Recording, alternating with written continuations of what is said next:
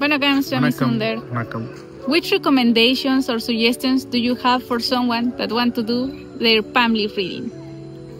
S, இது இந்த ஒருத்தவங்களுக்கு வாழ்க்கையை பற்றி சொல்லக்கூடிய பலனாக இருக்கிறதுனால அவங்களுக்கு சொல்கிறதுக்கு முன்னாடி எங்களுடைய மனதை நாங்கள் ஒரு தெளிவுபடுத்தி போனால் நம்மளுக்கு ஒரு குடும்ப குழப்பங்கள் எதுவும் இருக்கக்கூடாது, எந்த ஒரு ஞாபக மறதிகள் இருக்கக்கூடாது, எந்த ஒரு பேச்சு திறமைகள் தடுமாற்றம் இருக்கக்கூடாதுன்றதுக்காக ஒரு அமைதியை காப்போம். அமைதியை காத்து இறைவனை வழிபடுறது, இப்போ கடவுளை ப்ரே பண்ணுறது, கடவுளை வணங்கி ஒரு 5 நிமிடம் 10 நிமிடம் அந்த குழப்பங்கள் தீராத வரைக்கும் சில மந்திரங்களை உச்சரித்து அந்த மந்திரங்கள் படிப்பதனால மன அமைதின்றது கிடைக்கும். அந்த மன அமைதி கிடைச்ச பிறகுதான் அடுத்தவங்களுடைய வாழ்க்கையை பற்றி நம்ம தெளிவுபடுத்த முடியும். அப்போ அதனால் முதல்ல கடவுளை வணங்குவோம்.